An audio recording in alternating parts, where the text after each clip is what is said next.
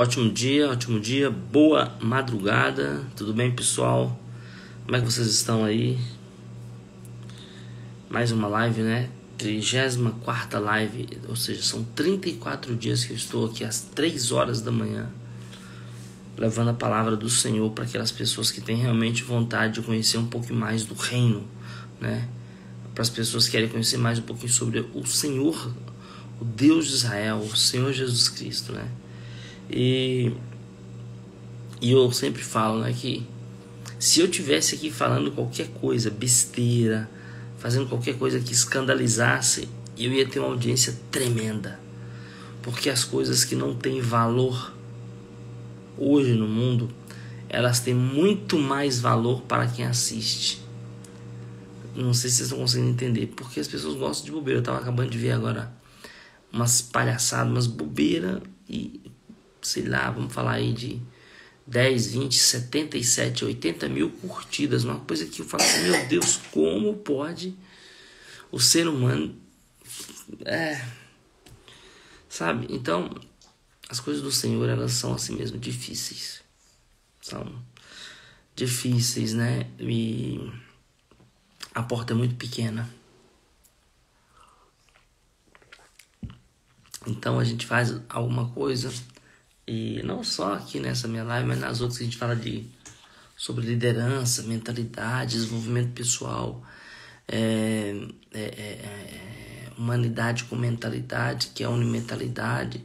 E as pessoas, elas não entendem, elas não curtem, elas não entendem que isso pode transformar, não é mudar, é transformar a vida delas, né? E essa busca das 3 da manhã é justamente para isso. Para que o Senhor venha dar para nós a visão, a mentalidade que nós nascemos para liderar, para governar e para ser imperador. E você que está me ouvindo, entenda que você nasceu para ser imperador, você nasceu para governar e você nasceu para liderar, porque você é imagem e semelhança do Criador. Se você olhar no espelho, quando você for ver o reflexo da imagem, nota, você está vendo a imagem do Criador. E o Criador não ia fazer uma imagem dele, uma réplica dele, para ser um qualquer, não, mas um líder. Uma pessoa que nasceu para governar, nasceu para ser imperador. Então é para você mesmo. Aprenda a visualizar-se como imperador. Aprenda a se visualizar como governador, como líder, né? E essa live de madrugada às 3 da manhã é para você realmente que está disposto a fazer algo diferente, para você que tem busca do reino do Senhor, para você que tem busca da palavra do Senhor, para você que tem busca da leitura da palavra em um horário que as pessoas estariam agora, por exemplo, dormindo. 99,9% da população nesse momento está dormindo. 3 horas da manhã é um ótimo horário. É o horário que o sono está indo, está chegando, a hora que está mais profundo o sono. 3, 4 horas, a hora que você está ali. Mas eu resolvi entregar esse horário das 3 da manhã até umas 3:30, 4 horas ao Senhor, né? É o meu propósito ao Senhor. E para a gente começar a leitura da palavra, vamos fazer uma oração para que o Senhor possa abrir a nossa visão, tá? Ó Pai amado e querido, eu te peço, meu Pai, dai-nos visão, sabedoria, mentalidade, Senhor. Abre o nosso entendimento. Eu te peço, Deus de Israel, em nome do seu Filho, o Senhor Jesus Cristo, abre o entendimento da tua palavra, mostra a visão que nós precisamos enxergar, o que precisamos realmente enxergar. Tira os nossos olhos de coisas que nos levam a nada, Senhor. Ó Pai amado, que a tua leitura seja leitura boa e agradável, meu Pai. Senhor, eu te peço, meu Pai, pessoas que estão com insônia, ansiedade, depressão, pessoas que estão com pensamento de suicídio, Senhor, acalenta os corações dela, meu Pai. Alivia o coração, dá força. Ó Pai amado e querido, que essa palavra seja uma palavra transformadora. E que me dê entendimento, Senhor, para que eu possa não só ler, mas que possa entender e levar a palavra àquelas pessoas que aqui estarão comigo.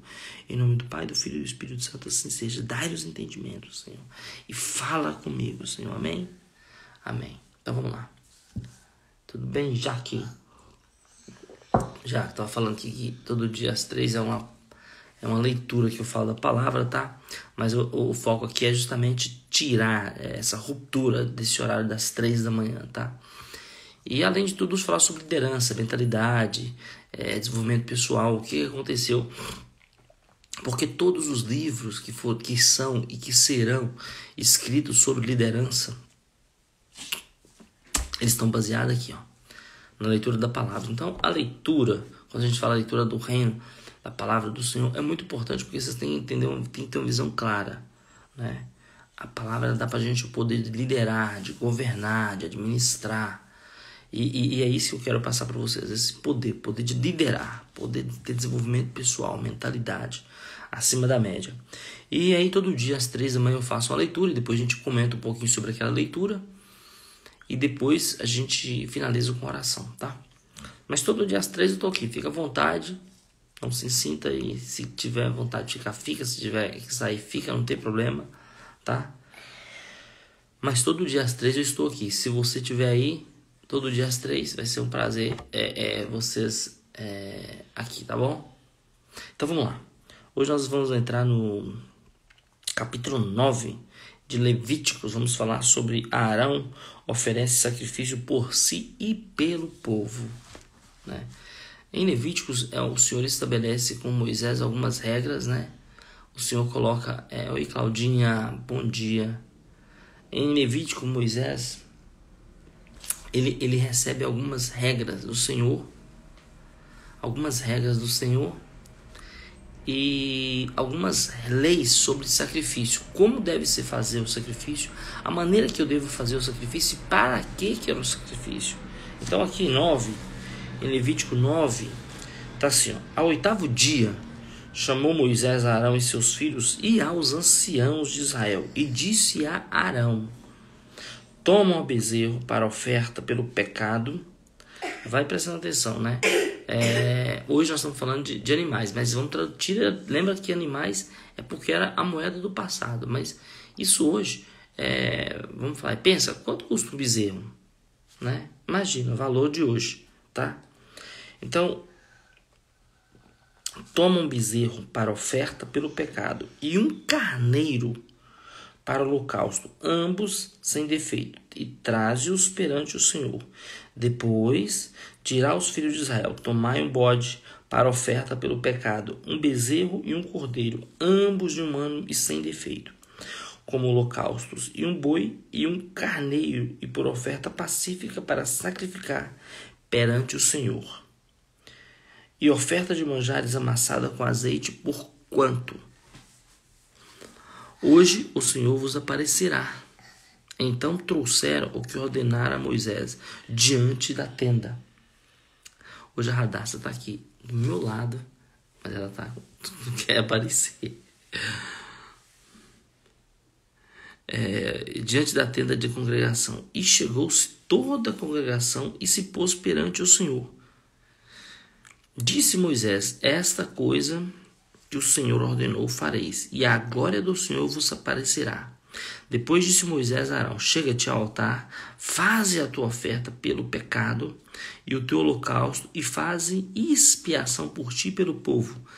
Depois faze a oferta do povo e a expiação por ele, como ordenou o Senhor.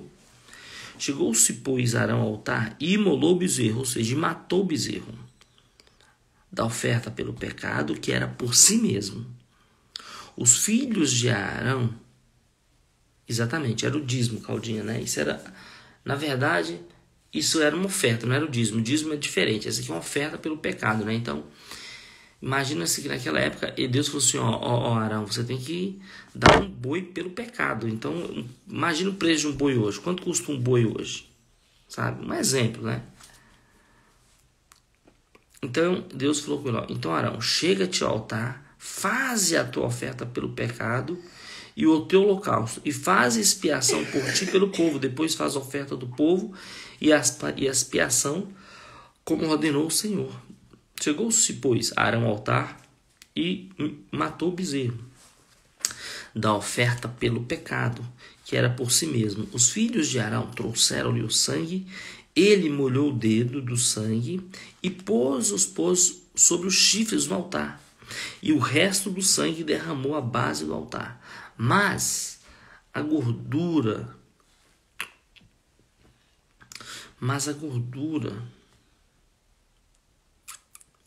e os rins e o redenho do fígado da oferta pelo pecado queimou sobre o altar, como o Senhor ordenara. Porém a carne e o couro queimou fora do arraial. Ou seja, o Senhor tinha dado ordem. O que poderia queimar dentro do santo, né, lá dentro da congregação e fora. Né? O que era para queimar dentro, o que era para queimar fora do arraial. Depois matou o holocausto e os filhos de Arão lhe entregaram o sangue e aspergiu sobre o altar e ao redor do altar. Também lhe entregaram holocaustos nos seus pedaços com a cabeça e queimou sobre o altar. E lavou as entranhas e as pernas e as queimou sobre o holocausto no altar. Depois fez chegar a oferta do povo e, tomando o bode da oferta pelo pecado, que era pelo povo, o imolou e o preparou por oferta pelo pecado. Como fizeram com o primeiro, também fez chegar o holocausto e ofereceu o segundo rito. Fez chegar a oferta de manjares e dela tomou o punhado e queimou sobre o altar, além de holocausto da manhã. Depois matou o boi e o carneiro em sacrifício pacífico, que era pelo povo, e os filhos de Arão entregaram-lhe o sangue que aspergiu sobre o altar em redor, como também a gordura do boi, e do carneiro e a cauda, e o que cobre as entranhas e os rins e o redenho do fígado. E puseram a gordura sobre o peito, e ele a queimou sobre o altar. Mas o peito e a coxa direita Arão moveu por oferta movida perante o Senhor, como Moisés tinha ordenado. Moisés, né? Deus tinha falado para Moisés que deveria separar a parte do peito e da coxa como oferta, mas para os sacerdotes, para que eles se alimentassem daquela oferta. Ou seja, o Senhor já tinha separado que uma parte da oferta seria para aqueles que cuidassem da obra e a outra parte para o Senhor, como sacrifício. Depois Arão levantou as mãos para o povo e abençoou e desceu. Havendo feito a oferta pelo pecado e o holocausto e a oferta pacífica, então entraram Moisés e Arão na tenda da congregação e, saindo, abençoaram o povo, e a glória do Senhor apareceu para todo o povo. E eis que, saindo fogo de diante do Senhor, consumiu o holocausto e a gordura sobre o altar. O que, vendo o povo, jubilou e prostrou-se sobre o rosto. Ou seja, tudo isso o Senhor tinha mandado Moisés fazer antes de Arão e seus filhos ser consagrados como sacerdotes, né? Na verdade, foi as ofertas para a consagração do filho de Arão e de Arão, e também como oferta sobre o pecado, né? Sobre a paz de Israel. E depois que foi feito isso, a glória do Senhor apareceu. A glória do Senhor apareceu. Fala-me, brother. A glória do Senhor apareceu tremendamente naquele lugar, né? E todo o povo que ali estava ficou, vamos falar assim nos dias de hoje, enlouquecido, maravilhado. Então eles se prostraram, o seu rosto no chão. E ali eles adoraram o Senhor. Tremendo, né? Isso é tremendo demais. E aí vamos para o 10º, né? O Levítico 10º. Que é o que nós estamos falando hoje, sobre Nadab e Abiú. Morreram diante do Senhor. Por quê que eles vão morrer? Justamente porque eu falei, porque eles transgridem a lei da base sólida. E muitos líderes transgridem essa lei da base sólida, tá?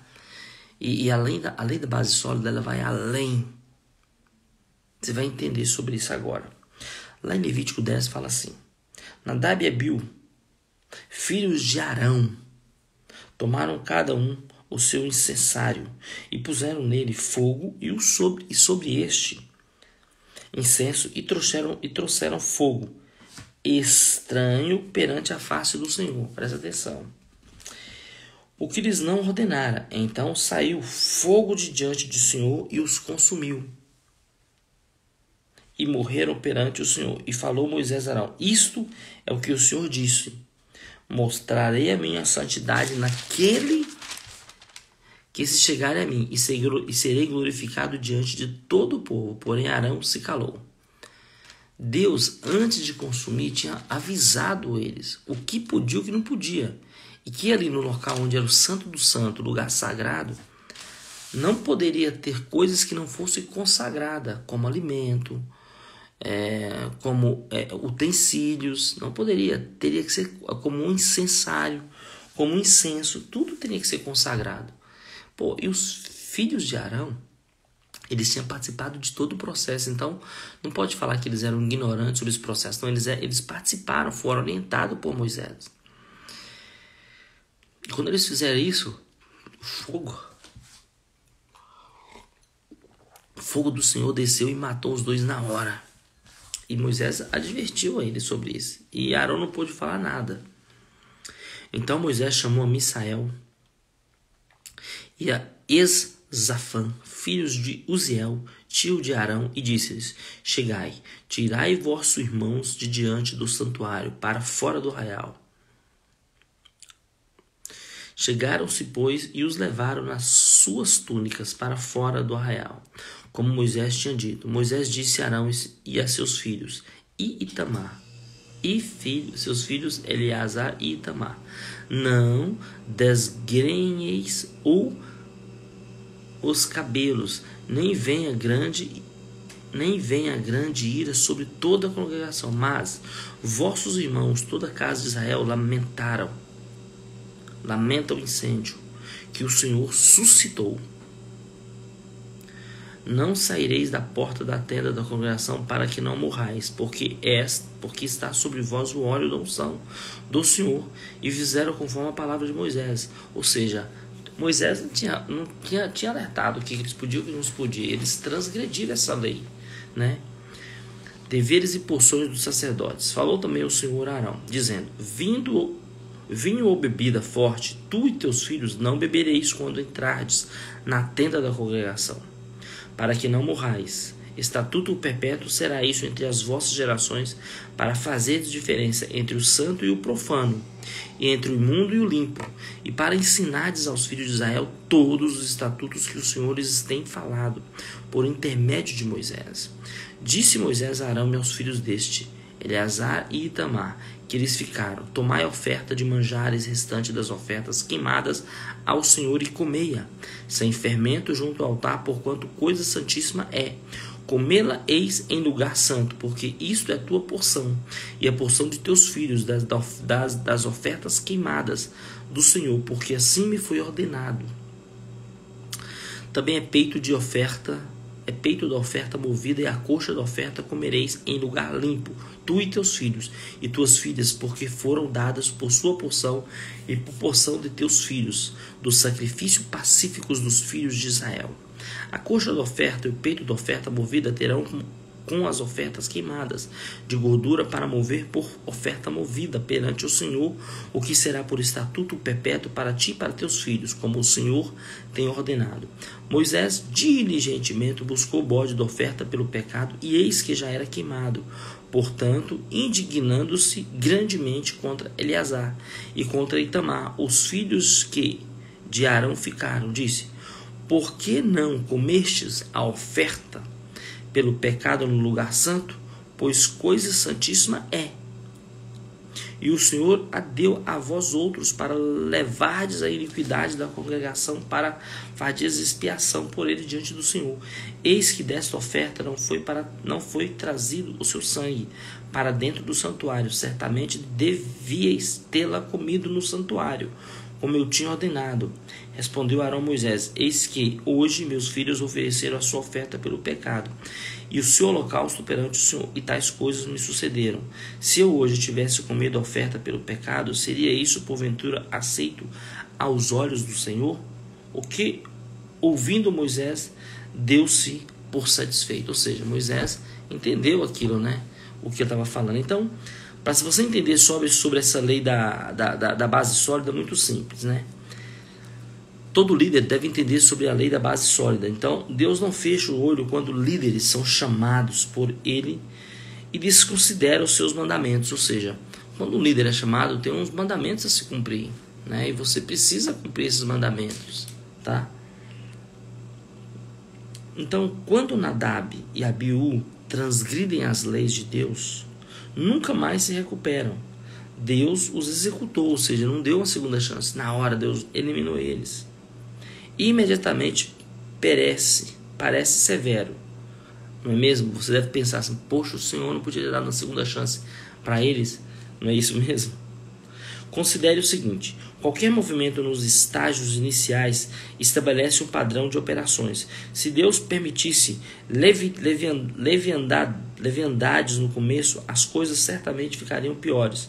O mesmo princípio foi exercido na igreja primitiva quando Deus tomou a vida de Ananias e Safira, lá em Atos 5:11.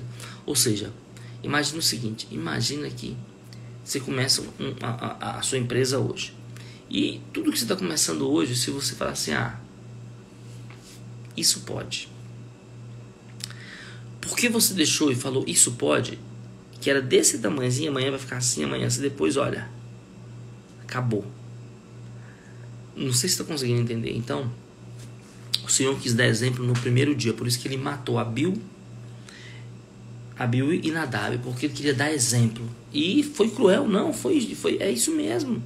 Porque quando você começa alguma atividade ou quando você está perante o Senhor, você não tem a oportunidade de errar. Principalmente quando ele já deu a oportunidade de te ensinar. Ele disse, se você não fizer isso, você vai ser morto. Poxa, já tinha sido explicado, então não foi cruel. Ele tinha que dar exemplo claro, porque senão as coisas iam piorar durante o tempo. E as coisas do templo não iam ser tão sagradas como foram, né? Nadab e Abiú transgrediram a lei da base sólida, como sacerdotes santos e líderes de confiança. Esperava-se que servisse de modelos de obediência para o povo. Presta atenção, serviço de modelo de obediência para o povo. Deus não podia permitir nem mesmo o mais leve desvio apóstata, o menor ato dissidente, porque isso daria permissão a outros para fazeres a mesma coisa. Qual foi o pecado daqueles líderes?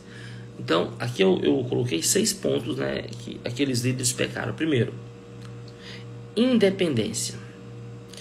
Agiram presunçosamente a parte da liderança de Deus. A parte da liderança, ou seja, o que o Senhor estabeleceu é o que o Senhor estabeleceu. Eu não posso querer mudar a regra agora. Eles quiseram mudar. Quiseram ter independência, não. O Senhor falou, mas não custa nada acender o fogo aqui de um isqueiro ou de um fósforo, que um exemplo, tá? Que eu trouxe aqui de fora, ou de um fogo. Não. Tinha dado as regras. Segundo, impaciência. Não esperaram pela orientação do Senhor. Não, eles quiseram fazer do jeito que eles fazem. Não, vou fazer agora porque é assim, não. Impacientes. Terceiro, ignorância. Agiram sem saber o que Deus queria. Eles queriam talvez pensar em agradar, mas na verdade não foi. Foi porque eles agiram dessa maneira veloz, sem querer saber se vai dar certo ou se vai dar errado. Não, isso aí o Senhor fala, você não pode fazer as coisas com ignorância. Calma, vê as coisas, olha as estratégias, vê se o caminho está certo, se por onde você está indo está certo, se não, recalcula. 4, ilegalidade. Agir ao contrário ao mandamento de Deus.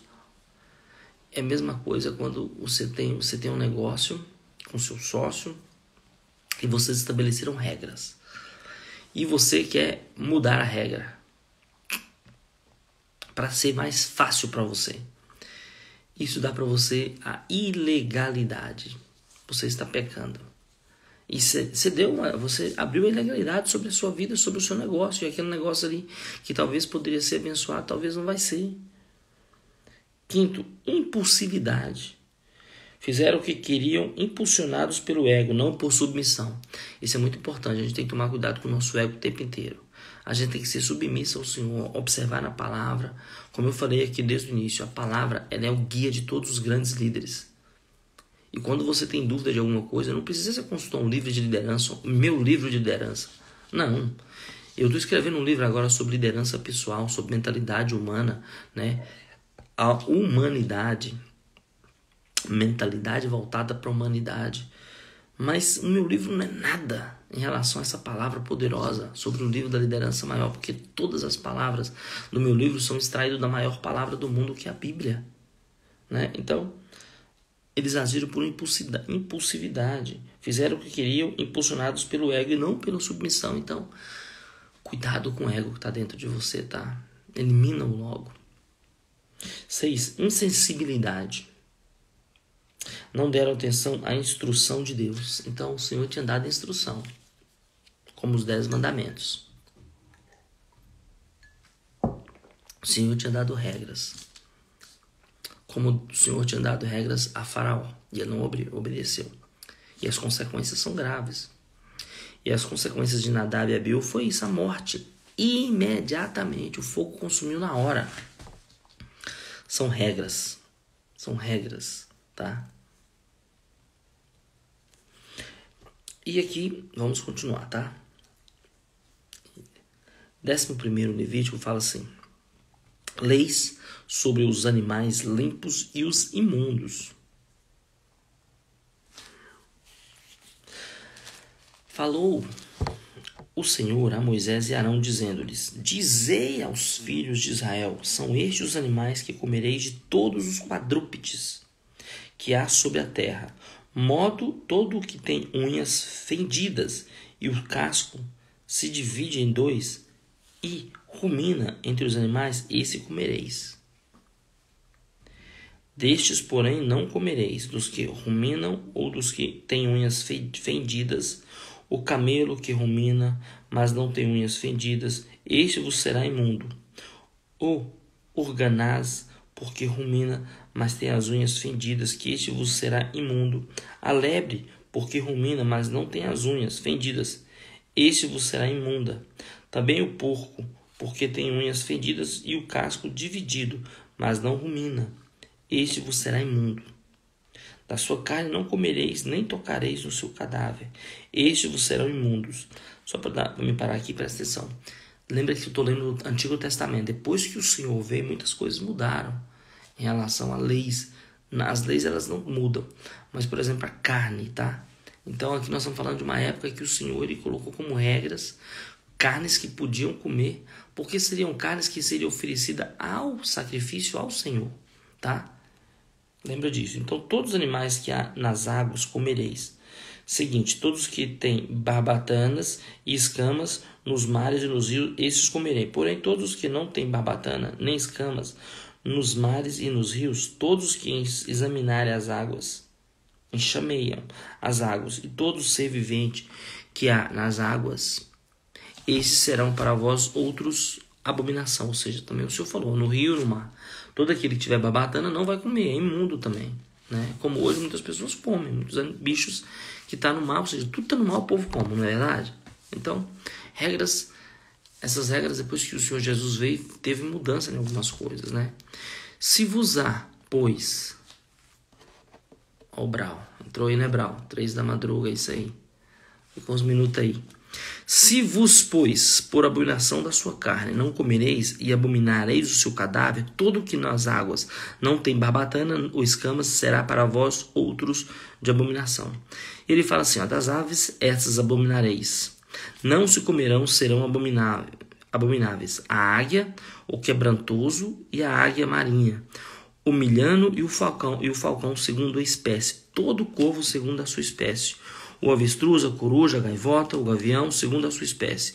O mocho, o corvo, marinho, a ibis, a galha, o pelicano, o abutre, a cegonha, a garça, segundo a sua espécie, a polpa e o morcego. Todo inseto que voa, que ainda sobre 4 pés, será para vós outras abominações. Mas de todo inseto que voa, que anda sobre 4 pés, cujas pernas traseiras são mais compridas para saltar com ela sobre a terra, estes comereis.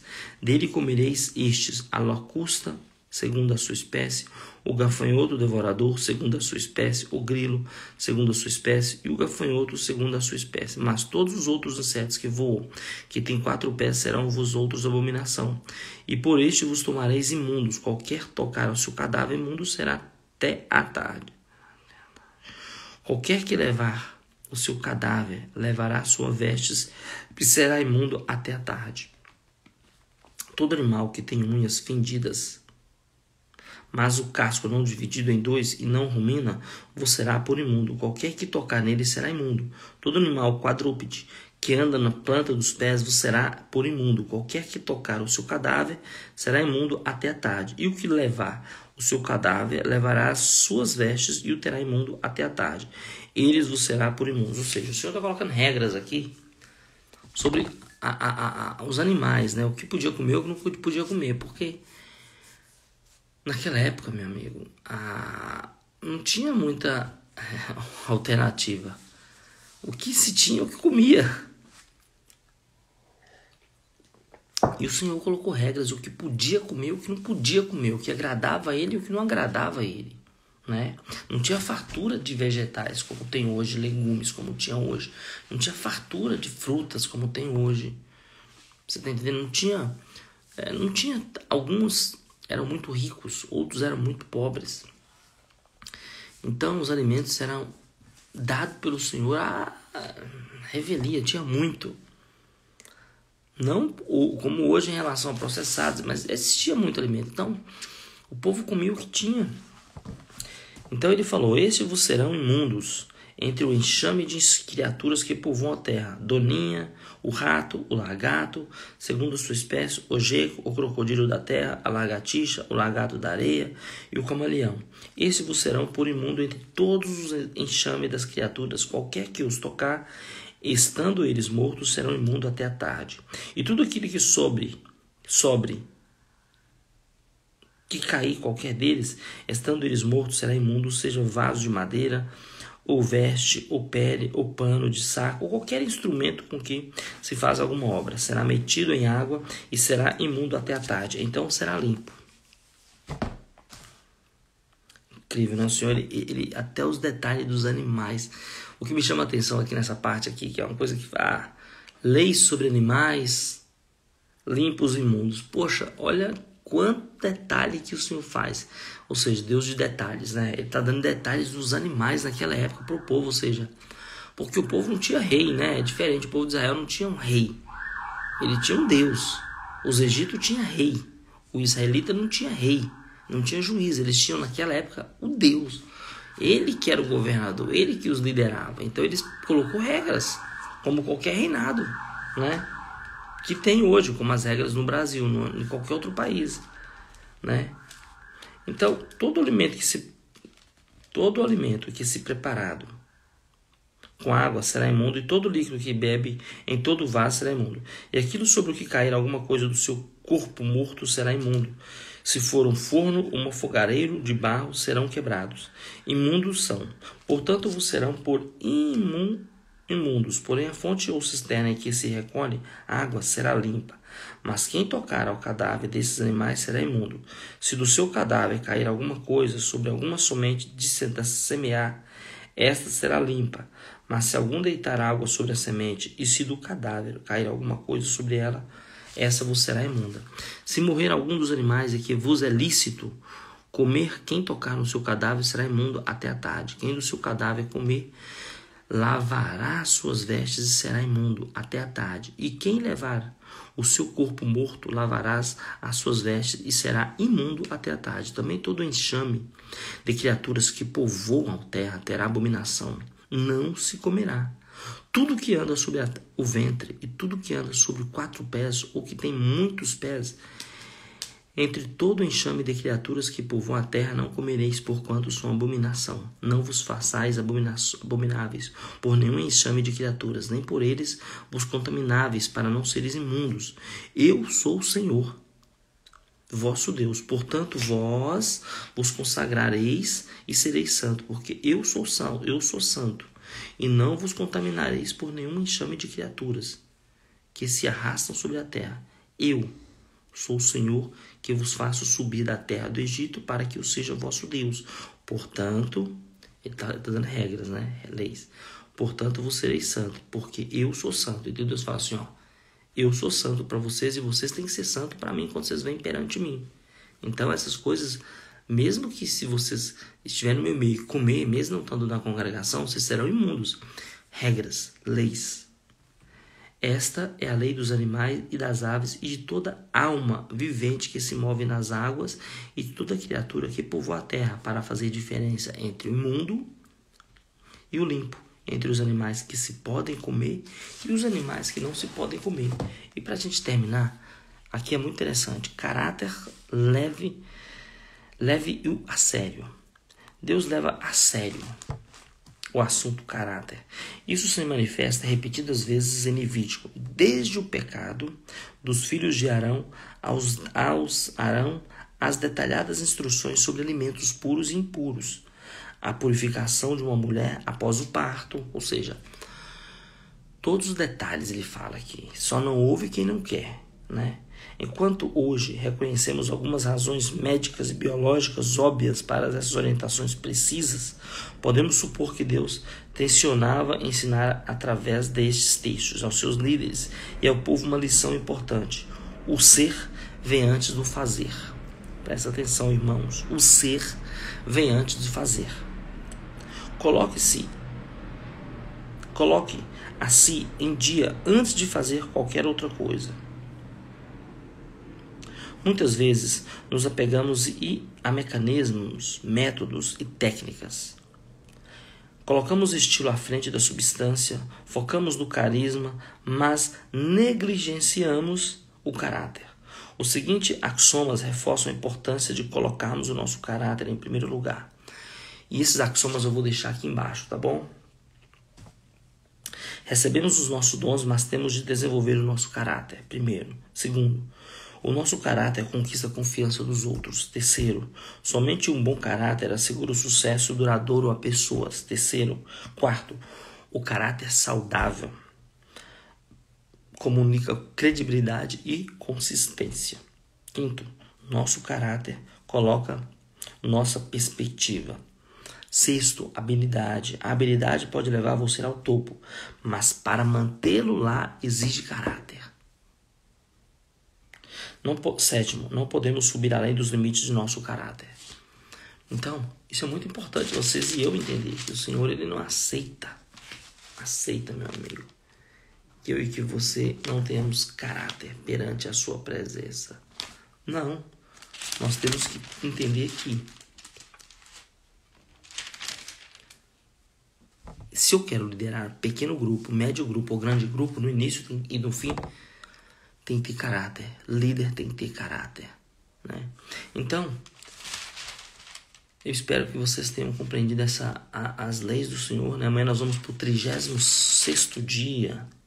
36º dia da palavra, tá? Da leitura da palavra do Senhor. Não. 35º, desculpa. Amanhã é 35º dia. Tô querendo adiantar o processo, pô. É 35º dia. Que amanhã nós vamos falar sobre solução. O solucionador de problemas. Quem não gostaria de ser um solucionador de problemas? Você sabe que o mundo hoje, ele paga por solucionadores de problemas, né? Quanto mais problemas eu e você solucionar, mais nós ganhamos financeiramente. E hoje eu tento fazer isso. Eu tento ser um solucionador de problemas. O problema é que a pessoa tem... Abraço, meu brother. Então, o problema que a pessoa tem... A gente tenta solucionar o problema da pessoa. E quanto mais problemas você solucionar, mais dinheiro você vai ganhar nesse mundo. Então isso é a pura verdade, né?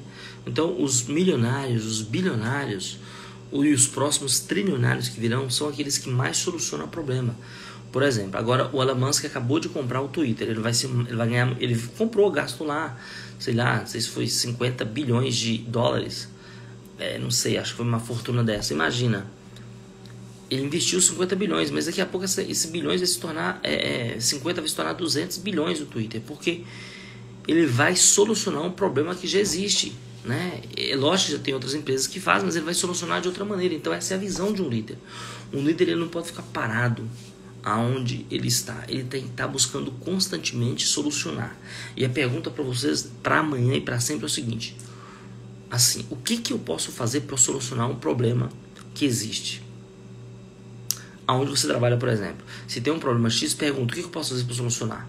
Começa a pensar 24 horas por dia o que você pode fazer para solucionar. E eu te garanto que o Senhor vai soprar nos teus ouvidos a solução. Porque quando você quer uma coisa muito e quer de verdade, essa coisa acontece. Certo, imperadores? Então, meus amigos, de verdade, eu quero deixar para vocês aqui essa palavra, tá? Amanhã vamos estar no 35º dia, às 3 da manhã, como eu sempre falo para você. Essa é a minha oferta, não significa que tem que ser a sua oferta. As minhas 34 lives para trás está aí, nós estamos em Levítico, amanhã vamos entrar em Levítico 12, tá? E imagina que nós falamos sobre Gênesis, primeiro livro da Bíblia, Êxodo, segundo livro da Bíblia, terceiro agora, Levítico. Então nós estamos no terceiro livro da Bíblia, de 34 dias, e que honra, né? 34 dias às 3 da manhã. Então eu gosto muito de terminar minha live aqui com oração e agradecendo ao Senhor e pedindo a proteção para Ele, tá bom?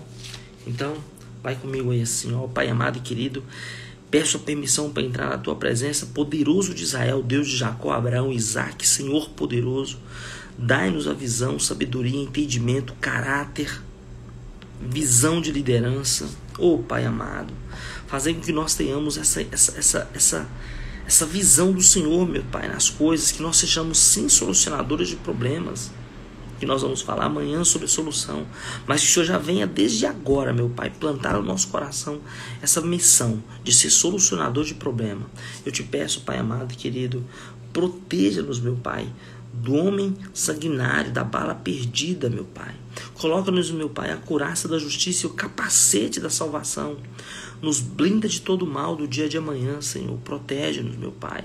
Aquelas pessoas que estão com insônia, que estão com ansiedade, com depressão, aquelas pessoas que pensam se matar, dá para elas, meu Pai, acalenta, acalma o coração delas, faça com que elas tenham uma boa noite de sono, meu Pai.